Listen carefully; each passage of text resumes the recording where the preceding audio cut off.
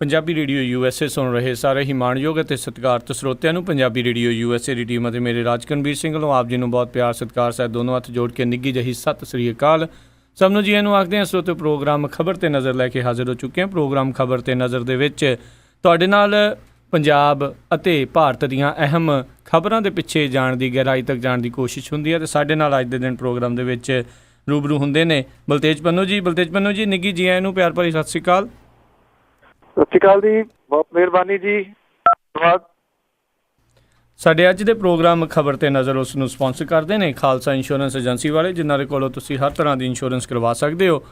ਇਹਨਾਂ ਦਾ phone number 4082722500 4082722500। ਇਸ ਦੇ ਨਾਲ ਸੁਰਿੰਦਰ ਕੌਰ ਧਾਮੀ ਅਤੇ ਪਰਿਵਾਰ ਸੀਰੀਜ਼ ਤੋਂ, ਗੁਰਦੀਪ ਸਿੰਘ ਵਿਰਦੀ ਕਲੋਵਿਸ ਤੋਂ, ਪ੍ਰੀਤਮ ਸਿੰਘ ਤਲਵਿੰਦਰ ਸਿੰਘ ਗਿੱਲ ਬੇਕਰਸਫੀਲਡ ਤੋਂ, ਸਤਨਾਮ ਸਿੰਘ ਸ਼ੇਰਗਿੱਲ ਸੈਲਮਾ ਤੋਂ, ਜਾਫੀ ਸਿੰਘ ਬੇਕਰਸਫੀਲਡ ਤੋਂ, ਸੁੱਖਾ ਸਿੰਘ ਵਾਈਸੀਲੀਆ ਤੋਂ, Punjabi American senior citizen centre Bakersfield ਤੋਂ ਅਤੇ ਨਵਜੋਤ ਕੌਰ ਕਲੋਟੀ ਜੀ ਯੂਬਾ ਸਿਟੀ ਤੋਂ। ਇਹਨਾਂ ਸਾਰਿਆਂ ਦਾ ਬਹੁਤ ਬਹੁਤ ਧੰਨਵਾਦ। ਜੇ ਤੁਸੀਂ ਜਾਂ ਕੋਈ ਹੋਰ ਕਾਰੋਬਾਰ ਵੀ ਇਸ ਪ੍ਰੋਗਰਾਮ ਨੂੰ ਸਪਾਂਸਰ ਕਰਨਾ ਚਾਹੁੰਦੇ ਹੋਵੋ, ਉਸ ਦੇ ਲਈ ਤੁਸੀਂ ਸੰਪਰਕ ਕਰ ਸਕਦੇ ਹੋ ਨੰਬਰ 4087227698 4087227698 ਦੇ ਉੱਤੇ। ਅਤੇ ਪੰਨੂ ਜੀ, ਗੱਲਬਾਤ ਦਾ ਸਿਲਸਿਲਾ ਸ਼ੁਰੂ ਕਰਦੇ ਹਾਂ। ਅਕਾਲੀ ਨੇਤਾਵਾਂ ਦੀ ਜਿਹੜੀ ਕਾਰ ਦੇ ਵਿੱਚੋਂ ਕੁਝ ਡੈਟੋਨੇਟਰ ਲੱਭੇ। ਇਹ ਐਕਚੁਅਲੀ ਖਬਰ ਦੀ ਜਿਹੜੀ ਸੀਗੀ ਦਿਨ ਭਰ ਚਰਚਾ ਦਾ ਵਿਸ਼ਾ ਬਣੀ ਰਹੀ ਸਮੁੱਚੇ ਪੰਜਾਬ ਦੇ ਵਿੱਚ। ਖਬਰਾਂ ਪਹਿਲਾਂ ਇਹ ਆਈਆਂ ਕਿ ਕੋਈ ਟਰੱਕ ਸੀਗਾ ਜਿਹੜਾ ਪਲਟ ਗਿਆ, ਉਹਦੇ ਵਿੱਚੋਂ ਧਮਾਕਾ ਖੇਜ਼ ਸਮੱਗਰੀ ਜਿਹੜੀ ਆ ਉਹ ਮਿਲੀ ਆ। ਫਿਰ ਇਹ ਵੀ ਅਫਵਾਹਾਂ ਚੱਲਦੀਆਂ ਰਹੀਆਂ ਕਿ ਟਰੱਕ ਦੇ ਨੇੜੇ ਦੂਸਰੀ ਜਿਹੜੀ ਸੀ ਉਹ ਗੱਡੀ ਲਾ ਕੇ ਉਹਦੇ ਵਿੱਚੋਂ ਸਮਾਨ ਜਿਹੜਾ ਸੀਗਾ ਉਹ ਕੱਢ ਲਿਆ ਗਿਆ ਸੀਗਾ ਜੀ। ਐਕਚੁਅਲੀ ਇਹ ਸਾਰਾ ਕੁਝ ਜਿਹੜਾ ਚੱਲਦਾ ਰਿਹਾ, ਇਹਦੇ ਦੌਰਾਨ ਇਸੇ ਹੀ ਖਿੱਤੇ ਦੇ ਵਿੱਚ ਪੈਂਦਾ ਇੱਕ ਜਿਹੜਾ ਕਸਬਾ ਰਾਮਾ ਮੰਡੀ, ਉਹਦੇ ਬਾਰੇ ਵੀ ਪਤਾ ਲੱਗਾ ਜੀ ਕਿ ਉੱਥੇ ਬੰਬ ਜਿਹੜੇ ਨੇ ਉਹ ਸਕੂਲ ਦੇ ਵਿੱਚ ਲੱਭੇ ਨੇ ਔਰ ਸਕੂਲ ਖਾਲੀ ਕਰਵਾ ਲਿਆ ਗਿਆ। ਮਾਪੇ ਜਿਹੜੇ ਸਨ ਦੀ ਉਹ ਫਿਕਰਮੰਦੀ ਦੇ ਵਿੱਚ ਭੱਜ ਪਏ ਸਕੂਲ ਵੱਲ ਨੂੰ ਔਰ ਕਾਫੀ ਦੇਰ ਤਲਾਸ਼ੀ ਲੈਣ ਤੋਂ ਬਾਅਦ ਇਹ ਪਤਾ ਲੱਗਿਆ ਕਿ ਕੋਈ ਬੰਬ ਜਿਹੜਾ ਉਹ ਨਹੀਂ ਸੀਗਾ। ਇਹ ਜਿਹੜੀ ਬਾਅਦ ਦੇ ਵਿੱਚ ਰਾਤ ਦੇਰ ਤੱਕ 11 ਵਜੇ ਤੱਕ ਤਕਰੀਬਨ ਜਿਹੜੀਆਂ ਖਬਰਾਂ ਦੀ ਕੁਝ ਪੁਸ਼ਟੀ ਜਿਹੜੀ ਉਹ ਹੋਈ, ਉਹ ਇਹ ਹੋਈ ਕਿ ਇਹ ਅਸਲ ਦੇ ਵਿੱਚ ਜਿਹੜੀ ਕਾਰ ਸੀਗੀ ਜੀ, ਇਹ ਲੰਬੀ ਹਲਕੇ ਦੇ ਅਕਾਲੀ ਨੇਤਾਵਾਂ ਦੀ ਸਵਿਫਟ ਜਿਹੜੀ ਆ ਉਹ ਕਾਰ ਹੈ ਔਰ ਇਹ ਕਾਰ ਪਲਟ ਗਈ ਸੀਗੀ ਜਿੱਥੇ ਆਪਣੇ ਥਰਮਲ ਪਲਾਂਟ ਆ ਜੀ ਉਹਦੇ ਨੇੜੇ ਜੀ ਹੋਇਆ ਇਹ ਕਿ ਜਦੋਂ ਕਾਰ ਰਾਤ ਦੇ ਸਮੇਂ 'ਚ ਇਹ ਪਲਟ ਗਈ ਤੇ ਜਿਹੜੇ ਇਹਦੇ ਵਿੱਚ ਬੰਦੇ ਬੈਠੇ ਸੀਗੇ ਉਹਨਾਂ ਨੇ ਇੱਕ ਕਾਰ ਉੱਥੋਂ ਹੋਰ ਕੀਤੀ। ਲੋਕ ਜਦੋਂ ਨੇੜੇ ਇਕੱਠੇ ਹੋਏ ਤਾਂ ਉਹਨਾਂ ਨੇ ਕਿਹਾ ਕਿ ਇਸ ਕਾਰ ਦੇ ਕੋਈ ਨੇੜੇ ਨਾ ਆਵੇ ਤੇ ਇਹ ਅੰਦਰੋਂ ਜਿਹੜੇ ਕਾਗਜ਼ ਪੱਤਰ ਪਏ ਸੀ ਉਹ ਤੇ ਇਹਦੀਆਂ ਜਿਹੜੀਆਂ ਲਾਇਸੈਂਸ ਪਲੇਟ ਹੁੰਦੀਆਂ ਨੇ ਉਹ ਲਾ ਕੇ ਜਿਹੜਾ ਦੀ ਨਾਲ ਲੈ ਗਏ। ਅੱਛਾ ਜੀ। ਉਹਦੇ ਤੋਂ ਬਾਅਦ ਜਿਹੜਾ ਸੀਗਾ ਜੀ, ਜਿਹੜੇ ਫੌਜ ਦਾ ਕੋਈ ਅਧਿਕਾਰੀ ਜਿਹੜਾ ਸੈਰ ਕਰ ਰਿਹਾ ਸੀਗਾ, ਉਹਨੇ ਜਦੋਂ ਇਹ ਦੇਖਿਆ ਸ਼ੱਕੀ ਤਾਂ ਇਹ ਪਤਾ ਲੱਗਿਆ ਜੀ ਕਿ ਉਹਦੇ ਵਿੱਚ ਕੁਝ ਧਮਾਕਾ ਜਿਹੜੇ ਨੇ ਜੀ ਉਹ ਦੱਸੇ ਗਏ ਨੇ। ਉਹ ਤੋਂ ਬਾਅਦ ਪੁਲਿਸ ਨੂੰ ਉਹਨੇ ਜਿਹੜੀ ਜੀ ਉਹ ਕਾਲ ਕੀਤੀ। ਜਿਹੜੀ ਮੁੱਖ ਮੰਤਰੀ ਦੀ ਸੁਰੱਖਿਆ ਦੇ ਵਿੱਚ ਤਾਇਨਾਤ ਨੇ BSF ਅਧਿਕਾਰੀ ਸੰਗਰਾਮ ਸਿੰਘ, ਉਹਨੂੰ ਵੀ ਇਸ ਸਮੱਗਰੀ ਦੇ ਬਾਰੇ ਵਿੱਚ ਪੁੱਛਿਆ ਗਿਆ। ਇਹ ਪਤਾ ਲੱਗਾ ਕਿ ਸੰਗਰਾਮ ਸਿੰਘ ਨੇ ਇਸ ਗੱਲ ਜਿਹੜੇ ਘੱਟ ਤੀਬਰਤਾ ਵਾਲੇ ਧਮਾਕਾ ਖੇਜ਼ ਸਮੱਗਰੀ ਜਿਹੜੀ ਹੈ ਜੀ ਉਹ ਮਿਲੀ ਹੈ ਜੀ। ਇਹ ਪਤਾ ਲੱਗਾ ਜੀ ਕਿ ਜਿਹੜੇ ਹਾਲਾਤ ਨੇ ਉਹ ਬੜੇ ਅਜੀਬੋ ਗਰੀਬ ਇਸ ਏਰੀਏ ਦੇ ਵਿੱਚ ਬਣੇ ਹੋਏ ਨੇ। ਜਿਹੜੇ ਹਾਦਸੇ ਦੇ ਮਗਰੋਂ ਕਾਰ ਸਵਾਰ ਜਿਹੜੇ ਨੇ ਜੀ ਉਹਨਾਂ ਨੂੰ ਜਿਹੜਾ ਲੈ ਕੇ ਜਾਣ ਵਾਲਾ ਸੀਗਾ ਉਹ ਗੁਰਜੰਟ ਸਿੰਘ ਵਾਸੀ ਰਾਜੀਆਣਾ ਸੀਗਾ ਜੀ। ਪੁਲਿਸ ਨੇ ਜਿਹੜੀ ਹੈ ਜੀ ਕੁਝ ਜਗ੍ਹਾ ਦੇ ਉੱਤੇ ਛਾਪੇਮਾਰੀ ਜਿਹੜੀ ਹੈ ਜੀ ਉਹ ਕੀਤੀ ਆ। ਇੱਕ ਰਿਪੋਰਟ ਜਿਹੜੀ ਇਹ ਤੋਂ ਵੱਖਰੀ ਜਿਹੜੀ ਸਾਹਮਣੇ ਆ ਰਹੀ ਆ, ਉਹ ਇਹ ਕਿਹਾ ਜਾ ਰਿਹਾ ਹੈ ਕਿ ਹੁਣ ਹਾਲ ਦੀ ਘੜੀ ਜਿਹੜਾ ਪੁਲਿਸ ਦੇ ਵੱਲੋਂ ਇਹ ਕਿਹਾ ਗਿਆ ਕਿ ਕੋਈ ਉਹਦੇ ਵਿੱਚ ਧਮਾਕਾ ਖੇਜ ਸਮੱਗਰੀ ਜਿਹੜੀ ਉਹ ਹੈ ਨਹੀਂ ਸੀਗੀ, ਭਾਵ ਕਿ ਇਹਨੂੰ ਕਿਸੇ ਨਾ ਕਿਸੇ ਤਰੀਕੇ ਦੇ ਨਾਲ ਗੋਲ ਕਰਨ ਦੀ ਜਿਹੜੀ ਹੈ ਜੀ ਉਹ ਕੋਸ਼ਿਸ਼ ਕੀਤੀ ਜਾ ਰਹੀ ਹੈ। ਜਦੋਂ ਕਿ ਉੱਥੇ ਖੜੇ ਲੋਕਾਂ ਨੇ ਬਹੁਤ ਕੁਝ ਜਿਹੜਾ ਜੀ ਇਹ ਦੇਖਿਆ ਹੈ। ਕਾਰ ਦੇ ਵਿੱਚ ਲਖਵਿੰਦਰ ਸਿੰਘ, ਉਹਦਾ ਭਰਾ ਕੁਲਵਿੰਦਰ ਸਿੰਘ, ਦੋਨੋਂ ਇਹ ਰੱਤਾ ਖੇੜਾ ਦੇ ਜਿਹੜੇ ਰਹਿਣ ਵਾਲੇ ਨੇ। ਸਾਬਕਾ ਸਰਪੰਚ ਜਿਹੜਾ ਜੀ ਉਹ ਇਹ ਦੱਸਿਆ ਗਿਆ ਔਰ ਇਹ ਵੀ ਪਤਾ ਲੱਗਿਆ ਜੀ ਕਿ CM ਹਾਊਸ ਦੇ ਵਿੱਚ ਇਹ ਜਿਹੜੀ ਕਾਰ ਹੈ ਅਕਸਰ ਜਿਹੜੀ ਉਹ ਦੇਖੀ ਜਾਂਦੀ ਹੈ ਔਰ ਇਹ ਚੰਡੀਗੜ੍ਹ ਤੋਂ ਹੀ ਆਈ ਜਿਹੜੀ ਦੱਸੀ ਜਾਂਦੀ ਹੈ। ਰਜਿਸਟ੍ਰੇਸ਼ਨ ਇਹਦੀ ਜਿਹੜੀ ਹੈ ਜੀ ਸਤਨਾਮ ਸਿੰਘ ਵਾਸੀ ਕਬਰਵਾਲਾ ਦੇ ਨਾਂ ਦੇ ਉੱਤੇ ਜਿਹੜੀ ਆ ਉਹ ਦੱਸੀ ਗਈ ਹੈ। ਕੁਝ ਲੋਕ ਇਹ ਕਹਿ ਰਹੇ ਨੇ ਕਿ ਇਹ ਬੇਲੋੜੀਆਂ ਅਫਵਾਹਾਂ ਨੇ ਕਿ ਇਸ ਤਰ੍ਹਾਂ ਦੀ ਧਮਾਕਾ ਖੇਜ ਸਮੱਗਰੀ ਜਿਹੜੀ ਹੈ ਜੀ ਇਹਦੇ ਕਾਰ ਦੇ ਵਿੱਚੋਂ ਮਿਲੀ ਹੈ, ਜਦੋਂ ਕਿ ਧਮਾਕਾ ਖੇਜ ਸਮੱਗਰੀ ਦੀ ਪੁਸ਼ਟੀ ਜਿਹੜੀ ਹੈ ਜੀ ਉਹ CM ਹਾਊਸ ਦੇ ਸਿਕਿਉਰਿਟੀ ਵਿੱਚ ਜਿਹੜੇ ਸ਼ਾਮਲ ਨੇ ਉਹ ਵੀ ਕਰੀ ਜਾਂਦੇ ਨੇ ਜੀ। ਜੀ ਜੀ, ਬਹੁਤ ਅਹਿਮ ਜਿਹੜੀ ਇਹ ਗੱਲ ਬਣੀ ਤੇ ਬੜੀ ਸੰਵੇਦਨਸ਼ੀਲ ਮਸਲਾ ਆ। ਤੇ ਅਗਲੀ ਗੱਲ ਕਰੀਏ ਹੜ੍ਹਾਂ ਨੂੰ ਲੈ ਕੇ ਦਰਿਆਵਾਂ ਦੀ ਸਥਿਤੀ ਜਿਉਂ ਦੀ ਤਿਉਂ। ਬਿਲਕੁਲ ਜੀ, ਇਹ ਜਿਹੜੇ ਹਾਲਾਤ ਨੇ ਪੰਜਾਬ ਦੇ ਵਿੱਚ ਜਿਉਂ ਦੇ ਤਿਉਂ ਕੀਤੇ ਬਣੇ ਹੋਏ ਨੇ ਜੀ। ਪੰਜਾਬ ਦੇ ਵਿੱਚ ਸਤਲੁਜ, ਬਿਆਸ ਤੇ ਰਾਵੀ ਦਰਿਆਵਾਂ ਦੇ ਵਿੱਚ ਪਾਣੀ ਦਾ ਪੱਧਰ ਜਿਹੜਾ ਜੀ ਉਹ ਨਾ ਘਟਣ ਕਰਕੇ ਦਰਿਆਵਾਂ ਦੇ ਨਾਲ ਲੱਗਦੇ ਅੱਧੀ ਦਰਜਨ ਤੋਂ ਵੱਧ ਜ਼ਿਲ੍ਹਿਆਂ ਦੇ ਵਿੱਚ ਸਥਿਤੀ ਜਿਹੜੀ ਹੈ ਜੀ ਉਹ ਚਿੰਤਾਜਨਕ ਬਣੀ ਹੋਈ ਹੈ। ਭਾਖੜਾ ਗੇਟ ਤੇ ਭਾਖੜਾ ਡੈਮ ਦੇ ਜਿਹੜੇ ਗੇਟ ਨੇ ਉਹ ਰਾਤੀ ਬੰਦ ਕਰ ਦਿੱਤੇ ਗਏ ਨੇ ਜੀ। ਇਹਦੇ ਨਾਲ ਹੁਣ ਥੋੜਾ ਇਹ ਹੈ ਕਿ ਪਿੱਛੋਂ ਪਾਣੀ ਦਾ ਜਿਹੜਾ ਜੀ ਉਹ ਵਹਾਅ ਥੋੜਾ ਘਟਿਆ। ਉਦੋਂ ਬਾਅਦ ਜਿਹੜਾ ਜੀ ਦੇਰ ਰਾਤ ਗੋਬਿੰਦ ਸਾਗਰ ਝੀਲ ਦੇ ਵਿੱਚ ਪਾਣੀ ਦਾ ਪੱਧਰ ਵਧਣ ਕਰਕੇ ਅੱਜ ਜਿਹੜਾ ਜੀ ਇੱਥੋਂ ਪਾਣੀ ਜਿਹੜਾ ਉਹ ਛੱਡਿਆ ਜਾਊਗਾ। ਫੌਜ ਦੇ ਜਵਾਨ, ਜ਼ਿਲ੍ਹਾ ਪ੍ਰਸ਼ਾਸਨ, ਡਰੇਨ ਵਿਭਾਗ ਦੀਆਂ ਕੋਸ਼ਿਸ਼ਾਂ ਦੇ ਬਾਵਜੂਦ ਲੁਧਿਆਣਾ ਦੇ ਖਹਿਰਾ ਬੇਟ ਤੇ ਫਿਰੋਜ਼ਪੁਰ ਦੇ ਹੁਸੈਨੀਵਾਲਾ ਸਰਹੱਦੀ ਖੇਤਰ ਦੇ ਵਿੱਚ ਹੜ੍ਹਾਂ ਦਾ ਖਤਰਾ ਜਿਹੜਾ ਬਣਿਆ ਹੋਇਆ ਹੈ। ਖਹਿਰਾ ਬੇਟ ਇਲਾਕੇ ਦੇ ਵਿੱਚ ਧੁੱਸੀ ਬੰਨ੍ਹ ਨੂੰ ਬਚਾਉਣ ਲਈ ਜ਼ਿਲ੍ਹਾ ਪ੍ਰਸ਼ਾਸਨ, ਪਿੰਡਾਂ ਤੇ ਲੋਕਾਂ ਦੇ ਫੌਜ ਦੀ 50 ਜਿਹੜੇ ਜਵਾਨ ਨੇ ਉਹਨਾਂ ਨੇ ਮੋਰਚਾ ਜਿਹੜਾ ਜੀ ਇਹ ਲਾਇਆ ਹੋਇਆ ਇੱਥੇ। ਪਰ ਸਤਲੁਜ ਦਰਿਆ ਦੇ ਵਿੱਚ ਪਾਣੀ ਪੱਧਰ ਨਹੀਂ ਘਟਿਆ, ਜਿਹਦੇ ਕਰਕੇ ਪਰੇਸ਼ਾਨੀ ਜਿਹੜੀ ਹੈ ਉਹ ਬਣੀ ਹੋਈ ਹੈ। ਜਿਹੜੇ ਗੁਰਦਾਸਪੁਰ ਡਿਸਟ੍ਰਿਕਟ ਦੇ ਵਿੱਚ ਵੀ ਇਸੇ ਤਰ੍ਹਾਂ ਦੇ ਹਾਲਾਤ ਜਿਹੜੇ ਨੇ ਉਹ ਬਣੇ ਹੋਏ ਨੇ। ਜਿਹੜੀ ਗੋਬਿੰਦ ਸਾਗਰ ਝੀਲ ਹੈ ਜੀ ਉਹਦੇ ਵਿੱਚ ਪਾਣੀ ਦਾ ਪੱਧਰ ਵਧਣ ਕਰਕੇ ਅੱਜ ਜਿਹੜੇ ਜੀ ਇੱਥੋਂ ਪਾਣੀ ਜਿਹੜਾ ਉਹ ਛੱਡਿਆ ਜਾਊਗਾ। ਪੌਂਗ ਡੈਮ ਦੇ ਗੇਟ ਜਿਹੜੇ ਹਾਲ ਦੀ ਘੜੀ ਫਲੱਡ ਗੇਟ ਜਿਹੜੇ ਨੇ ਉਹ ਖੁੱਲੇ ਨੇ ਔਰ ਇੱਥੋਂ 21,000 ਕਿਊਸੈਕ ਤੋਂ ਜ਼ਿਆਦਾ ਜਿਹੜਾ ਪਾਣੀ ਆ ਉਹ ਨਿਰੰਤਰ ਛੱਡਿਆ ਜਾ ਰਿਹਾ। ਅਜੇ ਸਥਿਤੀ ਜਿਹੜੀ ਹੈ ਜੀ ਕਾਬੂ ਹੇਠ ਜ਼ਰੂਰ ਹੈ ਜੀ, ਪਰ ਮੁਸੀਬਤ ਜਿਹੜੀ ਆ ਉਹ ਟਲੀ ਨਹੀਂ ਹੈ ਜੀ। ਜੀ ਜੀ ਜੀ ਅਤੇ ਅਗਲੀ ਜਿਹੜੀ ਆਪਾਂ ਗੱਲ ਕਰਦੇ ਹਾਂ ਵੀ ਪੰਜਾਬ ਦੀ ਜਿਹੜੀ ਧਰਤੀ ਦੇ ਹੇਠਲਾ ਪਾਣੀ ਆ ਉਹ ਮੁੱਕਦਾ ਜਾ ਰਿਹਾ ਆ। ਇਹ ਡੈਜ਼ਰਟ ਵਾਲੇ ਪਾਸੇ ਨੂੰ, ਰੇਗਿਸਤਾਨ ਵਾਲੇ ਪਾਸੇ ਨੂੰ ਤੁਰਦੀ ਜਾ ਰਹੀ ਗੱਲ। ਬਿਲਕੁਲ ਜੀ, ਪੰਜਾਬ ਤੇ ਹਰਿਆਣਾ ਸਰਕਾਰ ਦੀ ਜਿਹੜੀ ਹੈ ਜੀ ਸ਼ਾਇਦ ਹੋ ਸਕਦਾ ਜੀ ਕਿ ਨੀਂਦ ਤੋੜਨ ਵਾਲੀ ਇਹ ਖਬਰ ਹੋਵੇ। ਉੱਠਣਾ ਤਾਂ ਹੈ ਨਹੀਂ ਇਹਨਾਂ ਨੇ। ਨੈਸ਼ਨਲ ਏਅਰੋਨੌਟਿਕਸ ਤੇ ਸਪੇਸ ਐਡਮਿਨਿਸਟ੍ਰੇਸ਼ਨ ਜਿਹੜੀ ਨਾਸਾ ਹੈ ਉਹਦੀ ਜਿਹੜੀ ਲੇਟੈਸਟ ਰਿਪੋਰਟ ਹੈ ਉਹਦੇ ਵਿੱਚ ਇਹਨਾਂ ਦੋਨਾਂ ਰਾਜਾਂ ਦੇ ਵਿੱਚ ਧਰਤੀ ਹੇਠਲਾ ਪਾਣੀ ਜਿਹੜਾ ਜੀ ਉਹ ਦੱਸਿਆ ਗਿਆ ਹੈ ਕਿ ਇਹ ਖਤਮ ਹੋ ਰਿਹਾ ਹੈ। ਔਰ ਪੰਜਾਬ ਸਰਕਾਰ ਨੂੰ ਭੇਜੀ ਨਾਸਾ ਦੀ ਇਸ ਰਿਪੋਰਟ ਦੇ ਵਿੱਚ ਇਹ ਕਿਹਾ ਗਿਆ ਕਿ ਉੱਤਰੀ ਭਾਰਤ ਦੇ ਵਿੱਚ ਧਰਤੀ ਹੇਠਲਾ ਜਿਹੜਾ ਪਾਣੀ ਹੈ ਉਹਦੇ ਵਾਸਤੇ ਇਹ ਜਿਹੜਾ ਜੀ ਆਖਿਆ ਗਿਆ ਕਿ ਬੜੀ ਤੇਜ਼ੀ ਦੇ ਨਾਲ ਇਹ ਖਤਮ ਹੋ ਰਿਹਾ। ਔਰ ਜਿਹੜਾ ਜੀ ਪਾਣੀ ਘਟਣ ਦੇ ਉੱਤੇ ਚਿੰਤਾ ਜਿਹੜੀ ਆ ਉਹ ਜ਼ਾਹਰ ਕਰਦਿਆਂ ਹੋਇਆ ਰਿਪੋਰਟ ਦੇ ਵਿੱਚ ਇਹ ਕਿਹਾ ਗਿਆ ਕਿ ਜਿੰਨੀ ਤੇਜ਼ੀ ਦੇ ਨਾਲ ਪੀਣ ਲਈ ਫਸਲਾਂ ਤੇ ਧਰਤੀ ਹੇਠੋਂ ਜਿਹੜਾ ਪਾਣੀ ਹੈ ਉਹ ਕੱਢਿਆ ਜਾ ਰਿਹਾ ਉਹ ਬੜੀ ਖਤਰਨਾਕ ਜਿਹੜੀ ਸਥਿਤੀ ਉਹਦੇ ਵਿੱਚ ਜਿਹੜਾ ਜੀ ਉਹ ਚਲੇ ਗਿਆ। ਇਹ ਵੀ ਕਿਹਾ ਜਾ ਰਿਹਾ ਜੀ ਕਿ ਇਹਦੀ ਬਹੁਤ ਘੱਟ ਮਾਤਰਾ ਜਿਹੜੀ ਆ ਉਹ ਮੀਂਹਾਂ ਦੇ ਨਾਲ ਜਿਹੜੀ ਆ ਉਹ ਪੂਰੀ ਹੋ ਰਹੀ ਹੈ। ਪੰਜਾਬ ਸਰਕਾਰ ਦੇ ਧਿਆਨ ਦੀ ਮੰਗ ਕਰਦੀ ਹੈ ਜਿਹੜੀ ਰਿਪੋਰਟ ਹੈ ਜੀ ਖੇਤੀਬਾੜੀ ਮੰਤਰਾਲੇ ਦੇ ਜਿਹੜੇ ਆਰਬੀ ਸਿੰਘਾਂ ਨੇ ਉਹਨਾਂ ਨੇ ਅਪੀਲ ਕੀਤੀ ਹੈ ਕਿ ਪਾਣੀ ਦੇ ਤੇਜ਼ੀ ਦੇ ਨਾਲ ਘਟਦੇ ਪੱਧਰ ਨੂੰ ਠੱਲਣ ਲਈ ਫੌਰੀ ਜਿਹੜੇ ਕਦਮ ਨੇ ਉਹ ਚੁੱਕੇ ਜਾਣ।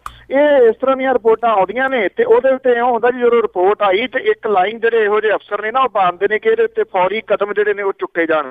ਕਦਮ ਕੀ ਚੁੱਕੇ ਜਾਣ ਇਹ ਕੁਛ ਨਹੀਂ ਜਿਹੜਾ ਦੱਸਦਾ ਤੇ ਰਿਪੋਰਟਾਂ ਜਿਹੜੀਆਂ ਉਦਾਂ ਦੀਆਂ ਉਦਾਂ ਹੀ ਜਿਹੜੀਆਂ ਉਹ ਰੁਲਦੀਆਂ ਰਹਿੰਦੀਆਂ ਨੇ। ਰਿਪੋਰਟ ਨੇ ਇੱਕ ਗੰਭੀਰ ਇਸ਼ਾਰਾ ਕਰਦਿਆਂ ਹੋਇਆ ਕਿਹਾ ਕਿ ਪੰਜਾਬ, ਹਰਿਆਣਾ ਤੇ ਰਾਜਸਥਾਨ ਦੇ ਵਿੱਚ ਏਦਾਂ ਦੇ ਸਾਰੇ ਕਾਰਕ ਮੌਜੂਦ ਨੇ ਜਿਹੜੇ ਧਰਤੀ ਹੇਠਲੇ ਪਾਣੀ ਦੀ ਤੇਜ਼ੀ ਦੇ ਨਾਲ ਵਰਤੋਂ ਲਈ ਜ਼ਿੰਮੇਵਾਰ ਨੇ। ਇਹਦੇ ਵਿੱਚ ਆਬਾਦੀ ਵਿੱਚ ਤੇਜ਼ੀ ਨਾਲ ਵਾਧਾ, ਆਰਥਿਕ ਵਿਕਾਸ, ਕਿਸਾਨੀ ਜਿਹੜੀ ਹੈ ਜੀ ਉਹ ਜ਼ਿੰਮੇਵਾਰ ਹੈ। ਧਰਤੀ ਹੇਠਲੇ ਪਾਣੀ ਦੀ ਵਰਤੋਂ ਦਾ 95% ਸਿਰਫ ਖੇਤੀ ਦੇ ਵਾਸਤੇ ਜਿਹੜਾ ਜੀ ਉਹ ਵਰਤਿਆ ਜਾ ਰਿਹਾ।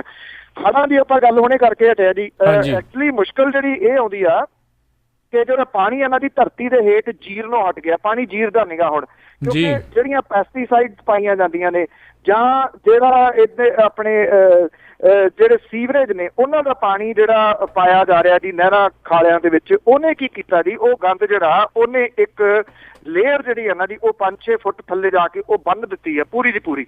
ਔਰ ਉਹ ਇੰਨੀ ਸਖਤ ਲੇਅਰ ਹੈ ਕਿ ਉਹ ਪਾਣੀ ਥੱਲੇ ਨਹੀਂ ਜਾਣ ਦਿੰਦੀ, ਪਾਣੀ ਜੀਰਨ ਨਹੀਂ ਦਿੰਦੀ ਜੀ ਜਿਹੜਾ ਮੀਂਹ ਵਾਲਾ ਪਾਣੀ ਹੈ। ਇਹਦੇ ਦੋ ਨੁਕਸਾਨ ਹੋ ਰਹੇ ਨੇ। ਇੱਕ ਤਾਂ ਧਰਤੀ ਹੇਠਲਾ ਪਾਣੀ ਜਿਹੜਾ ਤੇਜ਼ੀ ਨਾਲ ਮੁੱਕ ਰਿਹਾ, ਜਿਹੜਾ ਭੇਜਿਆ ਜਾਂਦਾ ਸੀਗਾ ਪਾਣੀ ਜਿਹੜਾ ਥੱਲੇ ਚਲੇ ਜਾਂਦਾ ਹੁੰਦਾ ਸੀਗਾ ਉਹ ਹੁਣ ਜਾਂਦਾ ਨਹੀਂਗਾ, ਜੀਰਦਾ ਨਹੀਂਗਾ ਦੀ ਪਾਣੀ। ਤੋਂ ਇਹਦੇ ਕਰਕੇ ਜਿਹੜਾ ਜੀ ਥੱਲੇ ਪਾਣੀ ਰੀਚਾਰਜ ਜਿਹੜਾ ਉਹ ਨਹੀਂ ਹੋ ਰਿਹਾ। ਔਰ ਉੱਤੇ ਜਦੋਂ ਮੀਂਹ ਪੈਂਦੇ ਨੇ ਝੱਟ ਦੇਣੀ ਜਿਹੜੇ ਉਹ ਹੜ੍ਹ ਆ ਜਾਂਦੇ ਨੇ। ਕੋਈ ਟਾਈਮ ਸੀਗਾ ਅਸੀਂ ਛੋਟੇ ਹੁੰਦੇ ਦੇਖਿਆ 6-6 ਦਿਨ 7-7 ਦਿਨ ਲਗਾਤਾਰ ਮੀਂਹ ਪੈਂਦਾ ਰਹਿੰਦਾ ਸੀਗਾ, ਹੜ੍ਹਾਂ ਵਾਲੀ ਕਦੀ ਸਥਿਤੀ ਨਹੀਂ ਸੀ ਬਣਦੀ ਹੁੰਦੀ। ਹੁਣ 2 ਦਿਨ ਜਿਹੜਾ ਮੀਂਹ ਪਿਆ ਨਹੀਂ ਤੇ ਤੀਸਰੇ ਦਿਨ ਜਿਹੜਾ ਜੀ ਉਹ ਬੇੜੀਆਂ ਲੈ ਕੇ ਆ ਜਾਂਦੇ ਨੇ ਜੀ ਕਿ ਹੜ੍ਹ ਜਿਹੜੇ ਉਹ ਆ ਗਏ, ਕਿਉਂਕਿ ਪਾਣੀ ਥੱਲੇ ਜਿਹੜਾ ਜੀ ਉਹ ਨਹੀਂ ਜਾ ਰਿਹਾ। ਜਿਹੜੀ ਵੇਈ ਹੈ ਸੁਲਤਾਨਪੁਰ ਲੋਧੀਵਾਰੀ ਉਹਦੇ ਵਿੱਚ ਕੁਝ ਏਰੀਆ ਜਿਹੜਾ ਹੈ ਉਹ ਬਲਵੀਰ ਸਿੰਘ ਸੀਚੇਵਾਲ ਹੋਰਾਂ ਨੇ ਕੁਝ ਸਮਾਂ ਪਹਿਲਾਂ ਜਿਹੜੀਆਂ ਮਸ਼ੀਨਾਂ ਦੇ ਨਾਲ ਪੁੱਟ ਕੇ ਉਹਨੂੰ ਦੁਬਾਰਾ ਮਿੱਟੀ ਫੇਰ ਪਾਤੀ, ਉਹ ਜਿਹੜੀ ਲੇਅਰ ਸੀ ਉਹ ਤੋੜ ਦਿੱਤੀ, ਉਹਦੇ ਨਾਲ ਪਾਣੀ ਜੀਰਨ ਲੱਗ ਗਿਆ। ਔਰ ਵੇਈ ਦੇ ਨੇੜੇ ਤੇੜੇ ਦਾ ਜਿਹੜਾ 6-6, 7-7 ਕਿਲੋਮੀਟਰ ਦਾ ਏਰੀਆ ਜੀ ਉਹਦੇ ਵਿੱਚ 5-5, 6-6 ਫੁੱਟ ਪਾਣੀ ਜਿਹੜਾ ਨਾ ਜੀ ਉਹ ਬੋਰਾਂ ਦਾ ਉੱਪਰ ਆ ਗਿਆ। ਜੀ ਜੀ ਸੋ ਬਿਲਕੁਲ ਇਸ ਚੀਜ਼ ਨੂੰ ਦੇਖਦੇ ਹੋਏ ਚਾਹੀਦਾ ਆ ਜੀ ਬਾਕੀਆਂ ਨੂੰ ਵੀ ਤੇ ਬਾਕੀਆਂ ਨੂੰ ਆਪਣੇ ਤੌਰ ਤੇ ਸਰਕਾਰ ਨੂੰ ਵੀ ਇਦਾਂ ਦੇ ਜਿਹੜੇ ਕਦਮ ਚੁੱਕਣੇ ਚਾਹੀਦੇ ਆ। ਤੇ ਅਗਲੀ ਗੱਲ ਕਰਦੇ ਹਾਂ, ਜਗਦੀਸ਼ ਟਾਈਟਲਰ ਖਿਲਾਫ ਜਿਹੜੀ ਆ ਕੋਰਟ ਦੇ ਵਿੱਚ ਪਟੀਸ਼ਨ ਮਨਜ਼ੂਰ ਹੋਈ। ਐਕਚੁਅਲੀ ਇਹ ਮਾਮਲਾ ਜਿਹੜਾ ਜੀ ਇਹ ਚੱਲੀ ਜਾਂਦਾ ਕਿਸੇ ਨਾ ਕਿਸੇ ਰੂਪ ਦੇ ਵਿੱਚ, ਕਦੀ ਕਿਸੇ ਰੂਪ ਸਾਹਮਣੇ ਆ ਜਾਂਦਾ, ਕਦੀ ਕਿਸੇ ਰੂਪ ਦੇ ਵਿੱਚ ਉਹ ਤੁਰਦੇ ਨੇ ਅਦਾਲਤ ਦੇ ਵਿੱਚੋਂ ਕੋਈ ਨਾ ਕੋਈ ਜਿਹੜੀ ਹੈ ਜੀ ਉਹ ਲੈ ਕੇ ਜਾਂਦੇ ਨੇ ਰਾਹਤ, ਫਿਰ ਅਗਲੇ ਜਿਹੜੇ ਜੀ ਉਹ ਦੂਜੇ ਪਾਸੇ ਨੂੰ ਤੁਰ ਪੈਂਦੇ ਨੇ। ਹੁਣ 1984 ਦੇ ਸਿੱਖ ਕਤਲੇਆਮ ਦੇ ਮਾਮਲੇ ਦੇ ਵਿੱਚ ਕਾਂਗਰਸੀ ਆਗੂ ਜਿਹੜਾ ਜਗਦੀਸ਼ ਟਾਈਟਲਰ ਹੈ, ਉਹਨੂੰ CBI ਦੇ ਵੱਲੋਂ ਦਿੱਤੀ ਜਿਹੜੀ ਕਲੀਨ ਚਿੱਟ ਹੈ ਉਹਦੇ ਖਿਲਾਫ ਕੜਕੜਦੁਮਾ ਅਦਾਲਤ ਨੇ ਪ੍ਰੋਟੈਸਟ ਪਟੀਸ਼ਨ ਜਿਹੜੀ ਆ ਉਹ ਮਨਜ਼ੂਰ ਕਰਦੇ ਹੋਏ CBI ਨੂੰ ਨੋਟਿਸ ਜਿਹੜਾ ਜੀ ਉਹ ਜਾਰੀ ਕੀਤਾ ਔਰ ਇਹਦੀ ਅਗਲੀ ਸੁਣਵਾਈ ਜਿਹੜੀ ਹੈ ਜੀ ਉਹ 11 ਸਤੰਬਰ ਨੂੰ ਜਿਹੜੀ ਹੈ ਜੀ ਉਹ ਹੋਊਗੀ। ਅਸਲ ਦੇ ਵਿੱਚ ਜਿਹੜੀ CBI ਆ ਉਹ ਇਹ ਗੱਲ ਕਹਿਤੀ ਸੀਗੀ ਜੀ ਕਿ ਇਹ ਸਾਨੂੰ ਹੋਰ ਬੰਦਾ ਜਿਹੜਾ ਜੀ ਉਹ ਲੜੀਂਦਾ ਨਹੀਂ ਹੈ, ਇਹਦੇ ਖਿਲਾਫ ਜਿਹੜੀ ਹੈ ਜੀ ਇਹ ਪਟੀਸ਼ਨ ਪਾਈ ਗਈ ਸੀਗੀ ਔਰ ਇਸ ਪਟੀਸ਼ਨ ਦੇ ਵਿੱਚ ਜਿਹੜਾ ਜੀ ਇਹ ਆਖਿਆ ਗਿਆ ਕਿ ਇਹ ਗਲਤ ਤਰੀਕੇ ਦੇ ਨਾਲ ਜਿਹੜੀ ਹੈ ਜੀ CBI ਨੇ ਇਹ ਪਾਈ ਆ ਔਰ ਇਹਦੇ ਉੱਤੇ ਕੇਸ ਜਿਹੜਾ ਜੀ ਉਹ ਚੱਲਦਾ ਰਹਿਣਾ ਚਾਹੀਦਾ। ਪਰ ਹੁਣ ਸਵਾਲ ਜਿਹੜੇ ਕੜਕੜਦੁਮਾ ਜੀ ਉਹਦੇ ਉੱਤੇ ਇਹ ਆ ਕੇ ਟਿਕਿਆ ਜੀ, ਉਹ ਇਸ ਪਟੀਸ਼ਨ ਨੂੰ ਉਹਨੇ ਮਨਜ਼ੂਰ ਤਾਂ ਜਿਹੜੀ ਹੈ ਜੀ ਉਹ ਕਰ ਲਈ ਹੈ। ਇਹ ਅਸਲ ਦੇ ਵਿੱਚ ਪੁਲਬੰਗਸ਼ ਗੁਰਦੁਆਰਾ ਜਿਹਦੇ ਵਿੱਚ 3 ਸਿੱਖਾਂ ਦੇ ਕਤਲ ਦੇ ਨਾਲ ਇਹ ਸੰਬੰਧਿਤ ਹੈ, ਇਹਦੇ ਵਿੱਚ ਮਾਰੇ ਗਏ ਬਾਦਲ ਸਿੰਘ, ਉਹਦੀ ਘਰਵਾਲੀ ਲਖਵਿੰਦਰ ਕੌਰ ਦੇ ਵੱਲੋਂ ਜਿਹੜੀ ਹੈ ਜੀ HS ਫੂਲਕਾ ਨੇ ਇਹ ਪਟੀਸ਼ਨ ਦਾਇਰ ਕੀਤੀ ਸੀਗੀ।